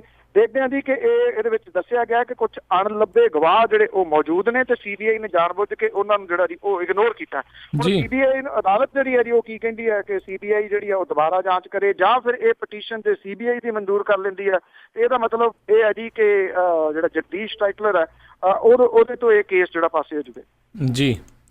ਤੇ ਅਗਲੀ ਜਿਹੜੀ ਗੱਲ ਕਰਦੇ ਹਾਂ, ਕੈਪਟਨ ਅਮਰਿੰਦਰ ਹੋਣਾ ਦੀ ਜਿਹੜੀ GST ਦੇ ਉੱਤੇ ਵੱਖਰੀ ਹੀ ਸੁਰ ਹੈ। ਕੈਪਟਨ ਅਮਰਿੰਦਰ ਸਿੰਘ ਹੋਰਾਂ ਦੀ ਸੁਰ ਟੋਟਲ ਇਹਨਾਂ ਦਿਨਾਂ ਦੇ ਵਿੱਚ ਜਿਹੜੀ ਹੈ ਜੀ ਉਹ ਵੱਖਰੀ ਹੈ, ਕਿਉਂਕਿ ਕਾਂਗਰਸ ਜਿੱਥੇ ਇੱਕ ਪਾਸੇ ਦਿੱਲੀ ਦੇ ਵਿੱਚ ਆਰ-ਪਾਰ ਦੀ ਲੜਾਈ ਜਿਹੜੀ ਹੈ ਜੀ ਉਹ ਲੜ ਰਹੀ ਹੈ, ਕੈਪਟਨ ਅਮਰਿੰਦਰ ਸਿੰਘ ਹੋਰੀ ਇੱਕ ਦਿਨ ਵੀ ਨਹੀਂ ਗਏ ਜੀ ਪਾਰਲੀਮੈਂਟ ਦੇ ਵਿੱਚ, ਨਾ ਜਿਹੜਾ ਜੀ ਉਹ ਵਿਧਾਨ ਸਭਾ ਦੇ ਵਿੱਚ ਪਹਿਲਾਂ ਜਾਂਦੇ ਸਨ ਤੇ ਹੁਣ ਜਿਹੜਾ ਜੀ ਉਹ ਪਾਰਲੀਮੈਂਟ ਦੇ ਵਿੱਚ ਵੀ ਨਹੀਂ ਜਾ ਰਹੇ ਜੀ। ਸਾਬਕਾ ਮੁੱਖ ਮੰਤਰੀ ਤੇ ਮੈਂਬਰ ਪਾਰਲੀਮੈਂਟ ਔਰ ਡਿਪਟੀ ਲੀਡਰ ਜਿਹੜੇ ਜੀ ਇੱਥੇ ਪਾਰਲੀਮੈਂਟ ਦੇ ਵਿੱਚ ਕੈਪਟਨ ਅਮਰਿੰਦਰ ਸਿੰਘ ਹੋਰਾਂ ਨੇ ਜਿਹੜੀ ਸਰਵਿਸਿਜ਼ ਐਂਡ ਗੁੱਡਸ ਟੈਕਸ ਜਿਹੜਾ GST ਹੈ ਉਹ ਬਿੱਲ ਪਾਸ ਨਾ ਕੀਤੇ ਜਾਣ ਦੇ ਉੱਤੇ ਨਾਰਾਜ਼ਗੀ ਪ੍ਰਗਟ ਕੀਤੀ ਪੰਜਾਬ 'ਚ ਰਹਿ ਕੇ ਜੀ। ਉਹਨਾਂ ਨੇ ਇਹ ਕਿਹਾ ਜੀ ਕਿ ਇਸ ਬਿੱਲ ਦੇ ਪਾਸ ਨਾ ਹੋਣ ਕਰਕੇ ਸਭ ਤੋਂ ਵੱਧ ਨੁਕਸਾਨ ਪੰਜਾਬ ਦਾ ਹੈ। ਉਹਨਾਂ ਨੇ ਇਹ ਕਿਹਾ ਕਿ ਕਾਂਗਰਸ ਪਾਰਟੀ ਦੇ ਵਿੱਚ ਭੰਬਲ ਭੂਸਾ ਜਿਹੜਾ ਜੀ ਉਹ ਪੈਦਾ ਹੋ ਗਿਆ। ਕਾਂਗਰਸੀ ਇੱਕ ਦੂਜੇ ਨੂੰ ਪੁੱਛ ਰਹੇ ਨੇ ਕਿ ਬਿਆਨ ਦੇਣ ਦਾ ਮੰਤਵ ਜਿਹੜਾ ਜੀ ਉਹ ਕੀ ਹੈ, ਕਿਉਂਕਿ ਇਹਨਾਂ ਦੇ ਇਸ ਬਿਆਨ ਦੇ ਨਾਲ ਇੱਕ ਭੰਬਲ ਭੂਸਾ ਕ੍ਰੀਏਟ ਹੋ ਗਿਆ ਜੀ, ਕਿਉਂਕਿ ਕਾਂਗਰਸ ਜਿਹੜੀ ਹੈ ਜੀ ਉਹ ਵਿਰੋਧ ਕਰਦੀ ਰਹੀ ਹੈ ਉੱਥੇ ਪਾਰਲੀਮੈਂਟ ਦੇ ਵਿੱਚ। ਕੈਪਟਨ ਅਮਰਿੰਦਰ ਸਿੰਘ ਹੋਰੀ ਕਹਿੰਦੇ ਜੀ ਕਿ ਇਹਦਾ ਪੰਜਾਬ ਨੂੰ ਬਹੁਤ ਨੁਕਸਾਨ ਹੈ GST ਦਾ। ਕੈਪਟਨ ਅਮਰਿੰਦਰ ਸਿੰਘ ਪਿਛਲੇ ਸੈਸ਼ਨ ਦੇ ਵਿੱਚ 2 ਵਾਰੀ ਗਏ ਸੀਗੇ ਔਰ ਮੌਨਸੂਨ ਸੈਸ਼ਨ ਤੋਂ ਉਹ ਬਿਲਕੁਲ ਬਚ ਕੇ ਰਹੇ ਨੇ ਜੀ। ਰਾਜਨੀਤਿਕ ਹਲਕਿਆਂ ਦੇ ਵਿੱਚ ਇਹ ਚਰਚਾ ਜਿਹੜੀ ਆ ਉਹ ਚੱਲੀ ਜਾਂਦੀ ਆ ਕਿ ਉਹ ਪੰਜਾਬ ਪ੍ਰਦੇਸ਼ ਕਾਂਗਰਸ ਦੀ ਲੀਡਰਸ਼ਿਪ ਨਾ ਬਦਲੇ ਜਾਣ ਕਰਕੇ ਪਾਰਟੀ ਹਾਈ ਕਮਾਂਡ ਦੇ ਨਾਲ ਨਾਰਾਜ਼ਗੀ ਜਿਹੜੀ ਆ ਜੀ ਉਹ ਜ਼ਾਹਰ ਕਰ ਰਹੇ ਨੇ। ਕੈਪਟਨ ਅਮਰਿੰਦਰ ਸਿੰਘ ਨੇ ਕਿਹਾ ਕਿ ਜਿਹੜੀ ਮਰਜ਼ੀ ਕਾਰਨ ਸਨ ਪਰ ਮੌਨਸੂਨ ਸੈਸ਼ਨ ਦੇ ਵਿੱਚ GST ਬਿੱਲ ਪਾਸ ਹੋਣਾ ਚਾਹੀਦਾ ਸੀ, ਕਿਉਂਕਿ ਇਸ ਬਿੱਲ ਦਾ ਪਾਸ ਹੋਣਾ ਦੇਸ਼ ਦੇ ਆਰਥਿਕ ਵਿਕਾਸ ਦੇ ਭਲੇ ਦੇ ਵਿੱਚ ਸੀਗਾ ਜੀ। BJP ਕੋਲੇ ਤਾਂ ਇੱਕ ਵਧੀਆ ਜਿਹੜਾ ਜੀ ਇਹ ਮੁੱਦਾ ਆ ਗਿਆ ਕਿ ਕਾਂਗਰਸ ਦੇ ਮੈਂਬਰ ਪਾਰਲੀਮੈਂਟ ਤੇ ਕਾਂਗਰਸ ਦੇ ਪਾਰਲੀਮੈਂਟ ਦੇ ਵਿੱਚ ਡਿਪਟੀ ਪ੍ਰਧਾਨ ਜਿਹੜੇ ਨੇ ਉਹ ਇਹ ਕਹੀ ਜਾਂਦੇ ਨੇ GST ਜਿਹੜੀ ਆ ਜੀ ਉਹ ਪਾਸ ਹੋਣਾ ਚਾਹੀਦਾ ਸੀਗਾ। ਕਾਂਗਰਸ ਕਹਿੰਦੀ ਆ ਅਸੀਂ ਸੈਸ਼ਨ ਜਿਹੜਾ ਜੀ ਉਹ ਚੱਲਣ ਨਹੀਂ ਦੇਣਾ। ਸੋ ਇੱਕ ਮੁਸੀਬਤ ਜਿਹੜੀ ਹੈ ਜੀ ਉਹ ਕਾਂਗਰਸ ਦੇ ਵਾਸਤੇ ਖੜੀ ਇੱਕ ਕਿਸਮ ਦੇ ਨਾਲ ਉਹਨਾਂ ਨੇ ਕਰ ਦਿੱਤੀ ਆ। ਤੇ ਜਿਹੜੀ ਰੱਖੜ ਪੁੰਨਿਆ ਦੇ ਮੌਕੇ ਦੇ ਉੱਤੇ ਰੈਲੀਆਂ ਜਿਹੜੀਆਂ ਰੱਖੀਆਂ ਗਈਆਂ ਨੇ 2 ਨੇ ਉੱਥੇ ਜੀ, ਇੱਕ ਤਾਂ ਕਾਂਗਰਸ ਦੀ ਤਰਫੋਂ ਰੱਖੀ ਗਈ ਹੈ, ਦੂਜੀ ਜਿਹੜੀ ਹੈ ਜੀ ਉਹ ਕੈਪਟਨ ਅਮਰਿੰਦਰ ਸਿੰਘ ਹੋਰਾਂ ਨੇ ਜਿਹੜੀ ਆ ਉਹ ਰੱਖ ਲਈ ਹੈ। ਹੁਣ ਇਹ ਦੇਖਦੇ ਆ ਜੀ ਕਿ ਉੱਥੇ ਕੀ ਬਣਦਾ ਜੀ ਪੰਜਾਬ ਦੇ ਵਿੱਚ, ਕਿਉਂਕਿ ਪੰਜਾਬ ਦੀ ਜਿਹੜੀ ਸਿਆਸਤ ਹੈ ਉਹ ਕਈ ਤਰ੍ਹਾਂ ਦੇ ਉਸਲ ਵੱਟੇ ਇਸ ਵੇਲੇ ਜਿਹੜੀ ਹੈ ਜੀ ਉਹ ਲੈ ਰਹੀ ਹੈ, ਖਾਸ ਤੌਰ ਦੇ ਉੱਤੇ ਕੈਪਟਨ ਅਮਰਿੰਦਰ ਸਿੰਘ ਹੋਰਾਂ ਦੇ ਭਵਿੱਖ ਨੂੰ ਲੈ ਕੇ ਜੀ। ਸੋ ਲੋਕਾਂ ਨੂੰ ਵੀ ਦੇਖਣਾ ਚਾਹੀਦਾ ਹੈ ਵੀ ਜਿਨ੍ਹਾਂ ਨੂੰ ਤੁਸੀਂ MP ਬਣਾ ਕੇ ਜਾਂ MLA ਬਣਾ ਕੇ ਚੁਣ ਕੇ ਘੱਲਦੇ ਹੋ, ਜੇ ਉੱਥੇ ਜਾ ਕੇ ਉਹ ਹਾਜ਼ਰੀ ਵੀ ਨਹੀਂ ਲਵਾਉਂਦੇ ਤੇ ਕਰਦੇ ਕੀ ਆ ਫਿਰ, ਤੇ ਤੁਹਾਡੇ ਲਈ ਉਹ ਜਿਹੜਾ ਕੀ ਕਰਨਗੇ। ਅਗਲੀ ਗੱਲ ਕਰਦੇ ਹਾਂ, ਜਗਤਾਰ ਸਿੰਘ ਤਾਰਾ ਵੱਲੋਂ ਬੇਅੰਤ ਕਤਲ ਕੇਸ ਦੇ ਵਿੱਚ ਕੇਸ ਲੜਨ ਤੋਂ ਨਾ ਜੀ। ਸਾਬਕਾ ਮੁੱਖ ਮੰਤਰੀ ਬੇਅੰਤ ਸਿੰਘ ਕਤਲ ਕੇਸ ਦੇ ਮੁਲਜ਼ਮ ਜਿਹੜੇ ਨੇ ਜਗਤਾਰ ਸਿੰਘ ਤਾਰਾ ਨੇ ਅਦਾਲਤੀ ਲੜਾਈ ਲੜਨ ਤੋਂ ਨਾ ਜਿਹੜੀ ਹੈ ਕੀਤੀ ਆ। ਇਸ ਤੋਂ ਪਹਿਲਾਂ ਉਹਨੇ ਜਿਹੜਾ ਜੇਲ੍ਹ ਬ੍ਰੇਕ ਕੇਸ ਸੀਗਾ ਉਹ ਵੀ ਲੜਨ ਤੋਂ ਨਾ ਕੀਤਾ ਸੀਗਾ। ਯੂਨੀਅਨ ਟੈਰਾਟਰੀ ਦੇ ਵਧੀਕ ਜ਼ਿਲ੍ਹਾ ਤੇ ਸੈਸ਼ਨ ਜੱਜ JS ਸਿੱਧੂ ਜਿਹੜਾ ਜੀ ਉਹਦੇ ਵੱਲੋਂ ਬੇਅੰਤ ਸਿੰਘ ਕਤਲ ਕੇਸ ਦੀ ਸੁਣਵਾਈ 20 ਅਗਸਤ ਤੱਕ ਜਿਹੜੀ ਹੈ ਜੀ ਉਹ ਮੁਕਰਰ ਕਰਕੇ CBI ਨੂੰ ਨੋਟਿਸ ਜਾਰੀ ਕੀਤਾ ਗਿਆ। ਜਗਤਾਰ ਸਿੰਘ ਤਾਰਾ ਦੇ ਵਕੀਲ ਜਿਹੜਾ ਸਿਮਰਜੀਤ ਸਿੰਘ ਹੈ ਉਹਨੇ ਉਹਨਾਂ ਜੇਲ੍ਹ ਦੇ ਵਿੱਚ ਮੁਲਾਕਾਤ ਕੀਤੀ ਹੈ। ਵਕੀਲ ਨੇ ਦੱਸਿਆ ਹੈ ਕਿ ਮੁਲਜ਼ਮ ਜਿਹੜਾ ਜੀ ਉਹਨੇ ਸਪਸ਼ਟ ਕਿਹਾ ਕਿ ਉਹ ਬੇਅੰਤ ਸਿੰਘ ਕਤਲ ਕੇਸ ਦੀ ਅਦਾਲਤੀ ਲੜਾਈ ਲੜਨ ਦੇ ਹੱਕ ਦੇ ਵਿੱਚ ਨਹੀਂ ਹੈ। ਉਹਦਾ ਇਹ ਕਹਿਣਾ ਕਿ ਬੇਅੰਤ ਸਿੰਘ ਕਤਲ ਕੇਸ ਦੀ ਪਹਿਲਾਂ ਚੱਲੀ ਸੁਣਵਾਈ ਵੇਲੇ ਉਹਨੇ ਅਦਾਲਤ ਨੂੰ ਦੱਸਿਆ ਸੀਗਾ ਕਿ ਉਹਦਾ ਭਾਰਤ ਦੇ ਕਾਨੂੰਨ ਦੇ ਵਿੱਚ ਵਿਸ਼ਵਾਸ ਨਹੀਂ ਹੈ ਤੇ ਉਹ ਅੱਜ ਵੀ ਆਪਣੇ ਉਹਨਾਂ ਬਿਆਨਾਂ ਦੇ ਉੱਤੇ ਜਦੋਂ ਪਹਿਲਾਂ ਇਹ ਕੇਸ ਚੱਲ ਰਿਹਾ ਸੀਗਾ ਤੇ ਜਗਤਾਰ ਸਿੰਘ ਤਾਰਾ ਜੇਲ੍ਹ ਦੇ ਵਿੱਚੋਂ ਭੱਜ ਗਿਆ ਸੀਗਾ ਤੇ ਉਹਦੀ ਗੈਰ ਹਾਜ਼ਰੀ ਦੇ ਵਿੱਚ ਕੇਸ ਦਾ ਫੈਸਲਾ ਸੁਣਾ ਦਿੱਤਾ ਗਿਆ ਸੀਗਾ। ਫੈਸਲੇ ਵਿੱਚੋਂ ਤਾਰੇ ਨੂੰ ਬਾਹਰ ਰੱਖਿਆ ਗਿਆ ਸੀ ਕਿ ਦੂਜੇ ਦੋ ਜਿਹੜੇ ਮੁਲਜ਼ਮ ਨੇ ਜਗਤਾਰ ਸਿੰਘ ਹਵਾਰਾ ਤੇ ਪਰਮਜੀਤ ਸਿੰਘ ਭਿਓਰਾ ਨੂੰ ਉਮਰ ਕੈਦ ਦੀ ਸਜ਼ਾ ਜਿਹੜੀ ਉਹ ਸੁਣਾਈ ਗਈ ਸੀਗੀ। ਅਦਾਲਤ ਵੱਲੋਂ ਤਾਰਾ ਸੰਬੰਧੀ ਇਸ ਕੇਸ ਦੀ ਸੁਣਵਾਈ ਵੱਖਰੀ ਤੌਰ ਦੇ ਉੱਤੇ ਸ਼ੁਰੂ ਜਿਹੜੀ ਹੈ ਜੀ ਉਹ ਕੀਤੀ ਗਈ ਹੈ, ਜਿਹਨੂੰ ਉਹਨੇ ਲੜਨ ਤੋਂ ਜਿਹੜਾ ਜੀ ਉਹ ਨਾ ਜਿਹੜੀ ਹੈ ਉਹ ਕੀਤੀ ਹੈ। ਉਹਨੇ ਆਪਣੇ ਵਕੀਲ ਨੂੰ ਇਹ ਸਾਰੀ ਗੱਲ ਦੱਸੀ ਹੈ ਕਿ ਪਿਛਲੇ ਸਮੇਂ ਤੋਂ ਉਹ ਕਾਲ ਕੋਠੜੀ ਦੇ ਵਿੱਚ ਬੰਦ ਹੈ ਤੇ ਉਹਦੇ ਦੂਜੇ ਕੈਦੀਆਂ ਦੇ ਨਾਲ ਬੋਲ ਚਾਲ ਦੇ ਉੱਤੇ ਜਿਹੜੀ ਹੈ ਜੀ ਉਹ ਪਾਬੰਦੀ ਹੈ ਔਰ ਉਹ ਇਹ ਕਹਿੰਦਾ ਜੀ ਕਿ ਮੈਂ ਇਹ ਕੇਸ ਜਿਹੜਾ ਉਹ ਲੜਨਾ ਨਹੀਂ ਹੈ। ਹੁਣ ਵੇਖਣਾ ਇਹ ਹੈ ਜੀ ਕਿ ਜੇ ਉਹ ਕੇਸ ਦੀ ਇਹ ਪੈਰਵਾਈ ਨਹੀਂ ਕਰਦਾ ਤੇ ਫਿਰ ਅਦਾਲਤ ਜਿਹੜੀ ਹੈ ਜੀ ਉਹਦਾ ਕੀ ਰੁਖ ਹੁੰਦਾ। ਜੀ ਜੀ ਤੇ ਅਗਲੀ ਜਿਹੜੀ ਆਪਾਂ ਗੱਲ ਕਰਦੇ ਹਾਂ ਵੀ ਨਵਜੋਤ ਕੌਰ ਸਿੱਧੂ ਆ ਮਰਨ ਵਰਤ ਤੇ ਬੈਠਣਗੇ। ਜਿਹੜੇ ਭਾਜਪਾ ਦੇ ਬਿਲਕੁਲ ਹੀ ਚੀਫ ਪਾਰਲੀਮਾਨੀ ਸੈਕਟਰੀ ਨੇ ਨਵਜੋਤ ਕੌਰ ਸਿੱਧੂ ਨੇ ਉਹਨੇ ਜਿਹੜਾ ਐਲਾਨ ਕੀਤਾ ਹੋਇਆ ਉਹਦਾ ਇਹ ਕਹਿਣਾ ਜੀ ਕਿ ਉਹ ਅੱਜ ਜਿਹੜਾ ਦੀ ਮਰਨ ਵਰਤ ਦੇ ਉੱਤੇ ਬੈਠਣਗੇ। ਉਹਨਾਂ ਨੇ ਇਹ ਕਿਹਾ ਕਿ ਹੁਣ ਸਰਕਾਰ ਵੱਲੋਂ ਉਹਨਾਂ ਦੇ ਹਲਕੇ ਦੇ ਵਿਕਾਸ ਲਈ 10 ਕਰੋੜ ਰੁਪਏ ਤੇ ਕਾਰਜਾਂ ਵਾਸਤੇ ਟੈਂਡਰ ਜਿਹੜੇ ਉਹ ਜਾਰੀ ਨਹੀਂ ਕੀਤੇ ਗਏ। ਉਹਨਾਂ ਨੇ ਕਿਹਾ ਜੀ ਕਿ ਉਹਨਾਂ ਨੇ ਸਰਕਾਰ ਨੂੰ ਪਹਿਲਾਂ ਹੀ ਇਹਦੇ ਸੰਬੰਧੀ ਅਗਾਊਂ ਚੇਤਾਵਨੀ ਦੇ ਦਿੱਤੀ ਸੀ ਕਿ ਜੇ 15 ਅਗਸਤ ਤੱਕ ਉਹਨਾਂ ਦੀ ਮੰਗ ਨਾ ਮੰਨੀ ਗਈ ਤਾਂ ਉਹ ਵਰਤ ਦੇ ਉੱਤੇ ਜਿਹੜਾ ਜੀ ਉਹ ਬਹਿਣਗੇ। ਉਹਨਾਂ ਨੇ ਕਿਹਾ ਕਿ 15 ਅਗਸਤ ਨੂੰ ਉਹ ਭੰਡਾਰੀ ਪੁਲ ਦੇ ਉੱਤੇ ਭੁੱਖ ਹੜਤਾਲ ਤੇ ਬੈਠਣਗੇ। ਉਹਨਾਂ ਕਿਹਾ ਕਿ ਸਰਕਾਰ ਨੇ ਵਾਅਦਾ ਕੀਤਾ ਸੀਗਾ ਕਿ ਉਹਨਾਂ ਦੇ ਹਲਕੇ ਦੇ ਵਾਸਤੇ 10 ਕਰੋੜ ਰੁਪਏ ਦੇ ਟੈਂਡਰ 15 ਅਗਸਤ ਤੱਕ ਜਾਰੀ ਕਰਤੇ ਜਾਣਗੇ ਪਰ ਅਜੇ ਤੱਕ ਇਸ ਸੰਬੰਧੀ ਕੋਈ ਕਾਰਵਾਈ ਜਿਹੜੀ ਹੈ ਉਹ ਨਹੀਂ ਹੋਈ। ਉਹਨਾਂ ਨੇ ਕਿਹਾ ਕਿ ਫੋਨ ਦੇ ਉੱਤੇ ਉਹਨਾਂ ਨੂੰ ਸੁਨੇਹੇ ਆ ਰਹੇ ਨੇ ਜਿਹਦੇ ਤੇ ਭਰੋਸਾ ਦਿੱਤਾ ਜਾ ਰਿਹਾ ਹੈ ਕਿ ਉਹ ਇਹਦੇ ਟੈਂਡਰ ਛੇਤੀ ਜਾਰੀ ਕਰ ਦੇਣਗੇ ਪਰ ਉਹਨਾਂ ਨੇ ਕਿਹਾ ਕਿ ਉਹ ਇਸ ਤਰ੍ਹਾਂ ਦੇ ਭਰੋਸਿਆਂ ਦੇ ਉੱਤੇ ਹੁਣ ਜਿਹੜਾ ਜੀ ਉਹ ਯਕੀਨ ਨਹੀਂ ਕਰਦੀ। ਉਹਨੇ ਇਹ ਵੀ ਕਿਹਾ ਕਿ ਨਵਜੋਤ ਸਿੰਘ ਸਿੱਧੂ ਨੂੰ ਵੀ ਇਸ ਤਰ੍ਹਾਂ ਦੇ ਭਰੋਸੇ ਜਿਹੜੇ ਉਹਦੇ ਪਤੀ ਨੂੰ ਦਿੱਤੇ ਗਏ ਸੀਗੇ ਜਿਹੜੇ ਬਾਅਦ ਦੇ ਵਿੱਚ ਖੋਖਲੇ ਜਿਹੜੇ ਸੀਗੇ ਉਹ ਸਾਬਤ ਹੋਏ। ਜੀ ਦੂਜੇ ਪਾਸੇ ਪੰਜਾਬ ਸਰਕਾਰ ਦੇ ਖਿਲਾਫ ਜਿਹੜਾ ਮੋਰਚਾ ਖੋਲਣ ਵਾਲੇ ਅਕਾਲੀ ਵਿਧਾਇਕ ਚੀਫ ਪਾਰਲੀਮਾਨੀ ਸੈਕਟਰੀ ਇੰਦਰਬੀਰ ਸਿੰਘ ਬੁਲਾਰੀਆ ਉਹ ਦੂਜੇ ਦਿਨ ਵੀ ਭਗਤਾਂ ਵਾਲੇ ਡੰਪ ਦੇ ਖਿਲਾਫ ਜਿਹੜਾ ਜੀ ਉਹ ਧਰਨੇ ਦੇ ਵਿੱਚ ਬੈਠੇ ਜਾ ਕੇ ਜੀ ਔਰ ਜਿਹੜੇ ਕਾਂਗਰਸ ਦੇ ਸਾਬਕਾ ਵਿਧਾਇਕ ਨੇ ਹਰਜਿੰਦਰ ਸਿੰਘ ਠੇਕੇਦਾਰ ਨੇ ਦੋਸ਼ ਲਾਇਆ ਕਿ ਬੁਲਾਰੀਆ ਜਿਹੜਾ ਉਹ ਧਰਨੇ ਦੇ ਵਿੱਚ ਸ਼ਾਮਲ ਹੋ ਕੇ ਲੋਕਾਂ ਨੂੰ ਗੁੰਮਰਾਹ ਕਰ ਰਿਹਾ ਕਿਉਂਕਿ ਇਹ ਤੋਂ ਪਹਿਲਾਂ ਕੌਂਸਲਰ ਹੁੰਦਿਆਂ ਉਹਨੇ ਖੁਦ ਹੀ ਕੂੜਾ ਕਰਕਟ ਜਿਹੜਾ ਜੀ ਪਲਾਟ ਲਾਉਣ ਦੀ ਸਹਿਮਤੀ ਜਿਹੜੀ ਉਹ ਦਿੱਤੀ ਸੀਗੀ। ਆਪਾਂ ਕੱਲ ਸਾਂਝਾ ਕੀਤਾ ਸੀਗਾ ਕਿ ਬੁਲਾਰੀਆ ਜਿਹੜਾ ਜੀ ਉਹ ਵੀ ਬਾਕੀ ਸੁਰਾਂ ਦੇ ਵਿੱਚ ਹੈ ਇਸ ਵੇਲੇ ਔਰ ਜਿਹੜੀ ਨਵਜੋਤ ਕੌਰ ਸਿੱਧੂ ਆ ਉਹਨੇ ਇਹ ਕਿਹਾ ਸੀਗਾ ਕਿ ਉਹ ਬੁਲਾਰੀਆ ਦਾ ਇਸ ਮਾਮਲੇ ਦੇ ਉੱਤੇ ਸਮਰਥਨ ਜਿਹੜਾ ਜੀ ਉਹ ਕਰਦੀ ਹੈ। ਐਕਚੁਅਲੀ ਇਹ ਦੇਖਿਆ ਜਾਵੇ ਇਹਦੀ ਜਿਹੜੀ ਬੈਕ ਸਟੋਰੀ ਥੋੜੀ ਜਿਹੀ ਇਹ ਹੈ ਕਿ ਜਿਹੜੇ ਮਾਝੇ ਦਾ ਜਰਨੈਲ ਨਾਲ ਅਖਵਾਉਂਦੇ ਨੇ ਇਹ ਬਾਗੀ ਸੁਰਾਂ ਜਿਹੜੀਆਂ ਜੀ ਅਸਲ ਦੇ ਵਿੱਚ ਉਹਦੇ ਖਿਲਾਫ ਨੇ ਜਿਹੜੀਆਂ ਕਿ ਪਿਛਲੀਆਂ ਲੋਕ ਸਭਾ ਚੋਣਾਂ ਦੇ ਦੌਰਾਨ ਵੀ ਸੁਣਨ ਨੂੰ ਮਿਲੀਆਂ ਸਨ। ਜੀ ਤੇ ਅੱਜ ਕੱਲ ਕਾਫੀ ਖਾਮੋਸ਼ ਨੇ ਮਾਝੇ ਦੇ ਜਰਨੈਲ ਨਜ਼ਰ ਨਹੀਂ ਆ ਰਹੇ। ਨਜ਼ਰ ਤਾਂ ਆਉਂਦੇ ਆ ਜੀ ਸਮਾਗਮਾਂ ਦੇ ਵਿੱਚ ਪਰ ਬਿਆਨ ਬੂਨ ਘੱਟ ਆਉਂਦੇ ਨੇ। ਇਹ ਵੀ ਕਿਹਾ ਜਾ ਰਿਹਾ ਹੈ ਕਿ ਉਹਨਾਂ ਦੇ ਰਿਸ਼ਤੇਦਾਰ ਜਿਹੜੇ ਨੇ ਡਿਪਟੀ ਮੁੱਖ ਮੰਤਰੀ ਉਹਨਾਂ ਨੇ ਬਹੁਤੀ ਕਮਾਨ ਸੰਭਾਲੀ ਹੋਈ ਹੈ ਤਾਂ ਕਿ ਉਹਨਾਂ ਦੇ ਉੱਤੇ ਕੋਈ ਕਿਸੇ ਕਿਸਮ ਦੇ ਜਿਹੜੇ ਕਿੰਤੂ ਪਰੰਤੂ ਉੱਠਦੇ ਨੇ ਉਹ ਨਾ ਆਉਣ ਤੇ ਉਹਨਾਂ ਦਾ ਜਿਹੜਾ ਵਕਾਰ ਹੈ ਉਹਦਾ ਜਿਹੜਾ ਖੁਰ ਰਿਹਾ ਉਹਦੇ ਵਾਸਤੇ ਉਹ ਨਿਰੰਤਰ ਜਿਹੜੇ ਸਿਰ ਤੋੜ ਯਤਨ ਕਰ ਰਹੇ ਨੇ। ਪਰ ਮਾਝੇ ਦੇ ਵਿੱਚੋਂ ਹੀ ਇਹ ਜਿਹੜੀਆਂ ਬਾਗੀ ਸੁਰਾਂ ਉੱਠੀਆਂ ਨੇ ਸ਼ਾਇਦ ਇਹ ਠੱਲੀਆਂ ਨਹੀਂ ਜਾ ਸਕਣਗੀਆਂ ਜੋ ਲੱਗਦਾ ਜੀ। ਬਾਕੀ ਜੀ ਬਿਲਕੁਲ ਤੇ ਇਹ ਵੀ ਖਦਸ਼ਾ ਪ੍ਰਗਟ ਕੀਤਾ ਜਾਂਦਾ ਵੀ ਬੁਲਾਰੀਆ ਤੋਂ ਬਾਅਦ ਚ ਹੋਰ ਵੀ ਕਈ ਜਿਹੜੇ ਇੱਦਾਂ ਅਕਾਲੀ ਨੇਤਾ ਨੇ ਉਹ ਬਾਗੀ ਸੁਰ ਅਪਣਾ ਸਕਦੇ ਨੇ। ਜੀ ਤੇ ਅਗਲੀ ਜੇ ਆਪਾਂ ਗੱਲ ਕਰੀਏ ਵੀ ਦਿੱਲੀ ਦੇ ਵਿੱਚ ਭੁੱਖ ਹੜਤਾਲ ਤੇ ਬੈਠੇ ਸਾਬਕਾ ਫੌਜੀਆਂ ਦੇ ਨਾਲ ਪੁਲਿਸ ਵੱਲੋਂ ਜਿਹੜੀ ਆ ਉਹ ਬਦਸਲੂਕੀ ਕੀਤੀ ਗਈ। ਐਕਚੁਅਲੀ ਜੀ ਇਹ ਜਿਹੜੇ ਸਾਬਕਾ ਫੌਜੀ ਨੇ ਇਹ ਜੰਤਰ ਮੰਤਰ ਦੇ ਉੱਤੇ ਬੈਠੇ ਨੇ ਭੁੱਖ ਹੜਤਾਲ ਤੇ ਪਿਛਲੇ ਕਾਫੀ ਦਿਨਾਂ ਤੋਂ ਇੱਕ ਰੈਂਕ ਇੱਕ ਪੈਨਸ਼ਨ ਦੇ ਮਾਮਲੇ ਦੇ ਉੱਤੇ ਜਿਹੜੇ ਜੰਤਰ ਮੰਤਰ ਆ ਜੀ ਕਿਉਂਕਿ ਅੱਜ 15 ਅਗਸਤ ਹੈ ਜੀ ਤੁਹਾਡੇ ਅਜੇ 14 ਹੈ ਤੋਂ ਜਿਹੜਾ ਜੀ ਇਸ ਤੋਂ ਪਹਿਲਾਂ ਜੰਤਰ ਮੰਤਰ ਖਾਲੀ ਕਰਵਾਇਆ ਜਾ ਰਿਹਾ ਸੀਗਾ। ਆਜ਼ਾਦੀ ਦਾ ਦਿਹਾੜਾ ਤੇ ਜਿਹੜਾ ਜੀ ਸ਼ਾਂਤਮਈ ਤਰੀਕੇ ਦੇ ਨਾਲ ਜਿੱਥੇ ਰੋਸ ਪ੍ਰਗਟ ਕੀਤਾ ਜਾਂਦਾ ਉਹ ਜਗ੍ਹਾ ਖਾਲੀ ਕਰਾਈ ਜਾ ਰਹੀ ਤਾਂ ਕਿ ਕੋਈ ਕਿਸੇ ਕਿਸਮ ਦਾ ਖਤਰਾ ਜਿਹੜਾ ਜੀ ਉਹ ਖੜਾ ਨਾ ਹੋ ਜੇ ਜੀ। ਤੋ ਜਿਹੜੇ ਬਾਕੀ ਸਾਰੇ ਸੀ ਖਦੇੜਦੇ ਗਏ। ਜਦੋਂ ਇਹਨਾਂ ਨੂੰ ਵੀ ਜਿਹੜਾ ਉੱਥੋਂ ਚੁੱਕਿਆ ਜਾ ਰਿਹਾ ਸੀਗਾ ਸਾਰਾ ਕੁਝ ਸਾਬਕਾ ਫੌਜੀਆਂ ਦਾ, ਤਾਂ ਦਿੱਲੀ ਪੁਲਿਸ ਜਿਹੜੀ ਕਿ ਮਸ਼ਹੂਰ ਹੋ ਚੁੱਕੀ ਹੈ ਇਹਨਾਂ ਮਾਮਲਿਆਂ ਦੇ ਬਾਰੇ, ਉਹਨੇ ਇਹ ਜਿਹੜੇ ਸਾਬਕਾ ਫੌਜੀ ਸੀ ਇਹਨਾਂ ਦੇ ਨਾਲ ਧੱਕਾ ਮੁੱਕੀ ਕੀਤੀ। ਕੁਝ ਜਿਹੜੇ ਬਜ਼ੁਰਗ ਸਨ ਜੀ ਸਾਬਕਾ ਫੌਜੀ, ਉਹਨਾਂ ਦੇ ਕੱਪੜੇ ਵੀ ਪਾਟ ਕੇ ਇਸ ਧੱਕਾ ਮੁੱਕੀ ਦੇ ਵਿੱਚ। ਇਹਦਾ ਜਿਹੜਾ ਵਿਰੋਧ ਸੀਗਾ ਜਦੋਂ ਹੋਣਾ ਸ਼ੁਰੂ ਹੋਇਆ, ਪਹਿਲਾਂ ਦਿੱਲੀ ਦੇ ਮੁੱਖ ਮੰਤਰੀ ਅਰਵਿੰਦ ਕੇਜਰੀਵਾਲ ਹੋਰਾਂ ਦਾ ਜਿਹੜਾ ਬਿਆਨ ਆਇਆ, ਉਹਨਾਂ ਨੇ ਟਵੀਟ ਵੀ ਕੀਤਾ ਕਿ ਉੱਥੇ ਬੈਠੇ ਸਾਬਕਾ ਫੌਜੀਆਂ ਨੂੰ ਉੱਥੋਂ ਨਹੀਂ ਹਟਾਇਆ ਜਾਣਾ ਚਾਹੀਦਾ। ਉਹਨਾਂ ਕਿਹਾ ਕਿ ਇਹ ਦੇਸ਼ ਦੀ ਰੱਖਿਆ ਕਰਨ ਵਾਲੇ ਲੋਕ ਨੇ, ਇਹਨਾਂ ਤੋਂ ਦੇਸ਼ ਦੀ ਸੁਰੱਖਿਆ ਨੂੰ ਕੀ ਖਤਰਾ ਹੋ ਸਕਦਾ ਜੀ। ਔਰ ਉਸ ਤੋਂ ਬਾਅਦ ਕਾਂਗਰਸ ਜਿਹੜੀ ਸੀ ਉਹਨੇ ਵੀ ਇਹਦਾ ਵਿਰੋਧ ਕੀਤਾ।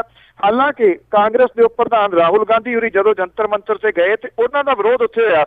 ਉਹਨਾਂ ਨੂੰ ਸਟੇਜ ਦੇ ਉੱਤੇ ਸਾਬਕਾ ਫੌਜੀਆਂ ਦੀ ਜਿਹੜੀ ਸਟੇਜ ਸੀ ਉਹਦੇ ਤੇ ਨਹੀਂ ਚੜ੍ਹਨ ਦਿੱਤਾ ਗਿਆ ਤੇ ਰਾਹੁਲ ਗਾਂਧੀ ਵਾਪਸ ਜਾਓ ਦੇ ਨਾਅਰੇ ਜਿਹੜੇ ਸੀ ਉਹ ਲੱਗੇ। ਰਾਹੁਲ ਗਾਂਧੀ ਨੇ ਕਿਹਾ ਕਿ ਜੇ ਜਿਹੜਾ ਪਤਾ ਸੀਗਾ ਇਹਨਾਂ ਨੂੰ ਕਿ ਵਾਅਦਾ ਕਿਉਂ ਕੀਤਾ ਗਿਆ, ਕਿਉਂਕਿ ਜਿਹੜੀ ਪਿਛਲੇ 1 ਸਾਲ ਪਹਿਲਾਂ ਦੀ ਜਿਹੜੀ ਤਕਰੀਰ ਸੀ ਉਹਦੇ ਵਿੱਚ ਨਰਿੰਦਰ ਮੋਦੀ ਹੋਰਾਂ ਨੇ ਇਹ ਕਿਹਾ ਸੀਗਾ ਕਿ ਜੇ ਅਟਲ ਬਿਹਾਰੀ ਵਾਜਪੇਈ ਹੋਰਾਂ ਦੀ ਸਰਕਾਰ ਦੁਬਾਰਾ ਕਿਤੇ ਉਦੋਂ ਰਿਪੀਟ ਹੋ ਜਾਂਦੀ ਤਾਂ ਸਾਬਕਾ ਫੌਜੀਆਂ ਨੂੰ 1 ਰੈਂਕ 1 ਪੈਨਸ਼ਨ ਦੇ ਬਾਰੇ ਇੰਨਾ ਇੰਤਜ਼ਾਰ ਹੀ ਨਹੀਂ ਸੀ ਕਰਨਾ ਪੈਣਾ ਜੀ। ਇਹ 1 ਸਾਲ ਪਹਿਲਾਂ ਕਿਹਾ ਸੀ। ਅੱਜ ਹਾਲਾਤ ਇਹ ਨੇ ਜੀ, ਕਹਿੰਦੇ ਜੀ ਕਿ ਇਹ ਤਾਂ 20,000 ਕਰੋੜ ਰੁਪਏ ਦਾ ਖਰਚਾ ਹੈ, ਇਹ ਇੱਕਦਮ ਕਿਵੇਂ ਲਾਗੂ ਹੋ ਸਕਦਾ। ਇਹ ਟੈਕਨੀਕਲ ਗੱਲਾਂ ਜਿਹੜੀਆਂ ਦੇਖੀਆਂ ਹੀ ਨਹੀਂ ਕਿਸੇ ਨੇ, ਪਹਿਲਾਂ ਸਿਰਫ ਵਾਅਦੇ ਤੇ ਵਾਅਦਾ ਜਿਹੜਾ ਜੀ ਉਹ ਕੀਤੇ ਕਰੀ ਗਏ ਤੇ ਹੁਣ ਜਿਹੜੇ ਨੇ ਜੀ ਜਦੋਂ ਉਹ ਮੰਗ ਕਰ ਰਹੇ ਨੇ ਕਿ ਵਾਅਦੇ ਮੁਤਾਬਕ ਸਾਨੂੰ ਦਿਓ ਤੇ ਉਹਨਾਂ ਨੂੰ ਉੱਥੋਂ ਡੰਡੇ ਮਾਰ ਕੇ ਜਿਹੜਾ ਜੀ ਉਹ ਭਜਾਇਆ ਜਾ ਰਿਹਾ। ਜੀ ਬਿਲਕੁਲ। ਤੇ ਅਗਲੀ ਗੱਲ ਕਰੀਏ, ਰਾਧੇ ਮਾਂ ਜਿਹੜੀ ਆ ਲੱਗਦਾ ਜੀ ਕੜਿੱਕੀ 'ਚ ਫਸਦੀ ਨਜ਼ਰ ਆਉਂਦੀ ਆ। ਲੰਬੀ ਚੌੜੀ ਜਿਹੜੀ ਹੈ ਜੀ ਪੁੱਛਗਿੱਛ ਹੋਈ। ਬਿਲਕੁਲ ਜੀ, ਜਿਹੜੀ ਮੁੰਬਈ ਹਾਈ ਕੋਰਟ ਆ ਜਿੱਥੇ ਉਹਨੇ ਥੋੜੀ ਰਾਹਤ ਦਿੱਤੀ ਹੈ ਇਹਨੂੰ ਕਿ ਉਹਨੇ 2 ਹਫ਼ਤੇ ਦੇ ਵਾਸਤੇ ਇਹਨੂੰ ਜਿਹੜੀ ਐਂਟੀਸਪੇਟਰੀ ਬੇਲ ਜਿਹੜੀ ਆ ਉਹ ਦਿੱਤੀ ਆ 2 ਹਫ਼ਤੇ ਲਈ। ਉੱਧਰ ਜਿਹੜਾ ਕਾਂਦੀਵਾਲੀ ਪੁਲਿਸ ਸਟੇਸ਼ਨ ਹੈ ਉਹਦੇ ਵਿੱਚ ਇਸ ਸੁਖਵਿੰਦਰ ਕੌਰ ਉਰਫ ਰਾਧੇ ਮਾਂ ਨੂੰ ਜਿਹੜੇ 70 ਸਵਾਲ ਕੀਤੇ ਨੇ ਔਰ ਉਹਦੇ ਜਵਾਬਾਂ ਤੋਂ ਪੁਲਿਸ ਜਿਹੜੀ ਆ ਜੀ ਉਹ ਸੰਤੁਸ਼ਟ ਸ਼ਾਇਦ ਨਜ਼ਰ ਜਿਹੜੀ ਉਹ ਆ ਰਹੀ ਹੈ। ਰਾਧੇ ਮਾਂ ਦੇ ਉੱਤੇ ਦੇ ਵਾਸਤੇ ਉਕਸਾਉਣ ਦੀ ਸ਼ਿਕਾਇਤ ਜਿਹੜੀ ਆ ਜੀ ਉਹ ਦਰਜ ਹੈ। ਉਹਦੇ ਖਿਲਾਫ ਦਾਇਰ ਸ਼ਿਕਾਇਤ ਦੇ ਵਿੱਚ ਇਹ ਕਿਹਾ ਗਿਆ ਸੀਗਾ ਕਿ ਉਹਦੇ ਸਹੁਰੇ ਇਹਦੇ ਕਹਿਣ ਦੇ ਉੱਤੇ ਉਹਨੂੰ ਜਿਹੜਾ ਜੀ ਉਹ ਤੰਗ ਕਰਦੇ ਸੀਗੇ।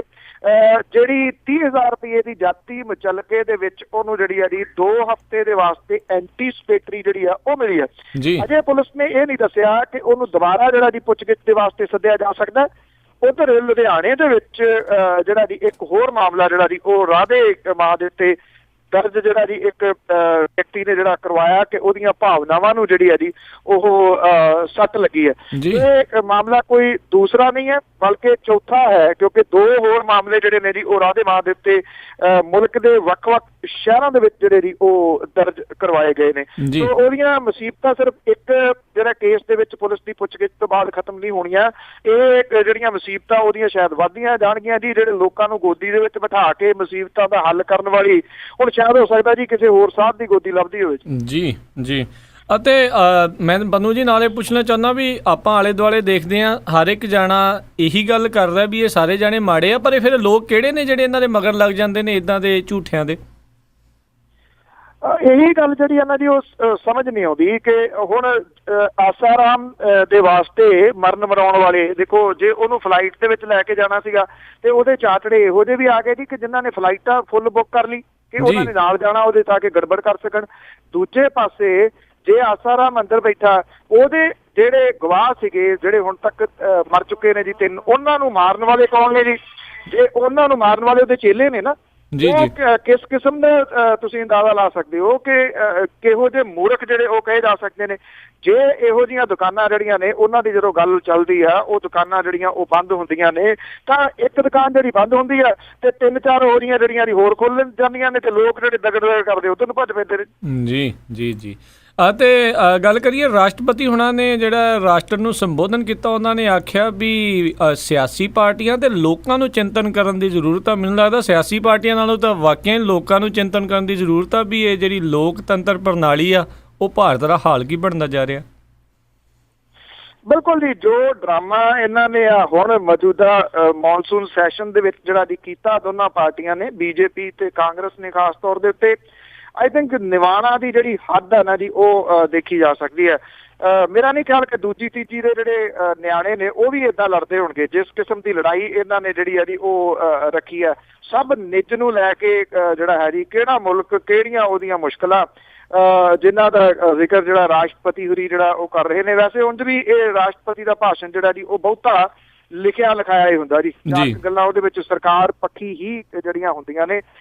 ਬੇਸ਼ੱਕ ਸਿਆਸੀ ਪਾਰਟੀਆਂ ਸਾਰੀਆਂ ਉਹਨਾਂ ਨੇ ਨਿਸ਼ਾਨੇ ਦੇ ਉੱਤੇ ਜਿਹੜੀਆਂ ਲਈਆਂ ਨੇ। ਬੜੀ ਅਹਿਮ ਗੱਲ ਹੈ ਇਹ ਜਿਹੜੀ ਕਹਿਣੀ ਕਿ ਇਹ ਜੰਗ ਦਾ ਅਖਾੜਾ ਜਿਹੜਾ ਜੀ ਉਹਨੂੰ ਬਣਾ ਦਿੱਤਾ ਗਿਆ ਪਾਰਲੀਮੈਂਟ ਨੂੰ ਜੀ। ਆਈ ਥਿੰਕ ਕਿਤੇ ਨਾ ਕਿਤੇ ਇਹਦੇ ਉੱਤੇ ਗੰਭੀਰ ਚਰਚਾ ਹੋਣ ਦੀ ਲੋੜ ਆ ਜੀ। ਡੈਮੋਕ੍ਰੇਸੀ ਜਿਹੜੀ ਆ ਉਹ ਡਾਂਗੋਕ੍ਰੇਸੀ ਦੇ ਵਿੱਚ ਬੜੀ ਤੇਜ਼ੀ ਨਾਲ ਤਬਦੀਲ ਹੋ ਰਹੀ ਹੈ ਜੀ। ਜੀ ਜੀ ਤਾਂ ਸਰੋਤਿਓ ਇਹ ਸੀਗੀਆਂ ਸਾਡੀਆਂ ਅੱਜ ਦੀਆਂ ਕੁਝ ਖਬਰਾਂ ਜਿਨ੍ਹਾਂ ਬਾਰੇ ਸਾਨੂੰ ਦੱਸ ਰਹੇ ਸੀਗੇ ਬਲਤੇਜ ਪੰਨੂ ਜੀ। ਤੇ ਪੰਨੂ ਜੀ ਜਾਣ ਤੋਂ ਪਹਿਲਾਂ ਅਜਨਾਮਾ ਤੇ ਤੁਰਿਆ ਮਾਰ ਬੁਲਾਰੀਆ ਬੜਕ ਚੋਖੀ ਮੱਥਾ ਜ਼ੁਲਮ ਦੇ ਨਾਲ ਮੈਂ ਲਾਉਂਗਾ ਜੀ। ਜੀ ਤੁਰਿਆ ਮਾਰ ਬੁਲਾਰੀਆ ਬੜਕ ਚੋਖੀ ਮੱਥਾ ਜ਼ੁਲਮ ਦੇ ਨਾਲ ਮੈਂ ਲਾਉਂਗਾ ਜੀ। ਧੱਕੇ ਜਨਤਾ ਦੇ ਨਾਲ ਸਰਕਾਰ ਕਰਦੀ ਜਨਤਾ ਨਾਲ ਮੈਂ ਵਫਾ ਨਿਭਾਉਂਗਾ ਜੀ।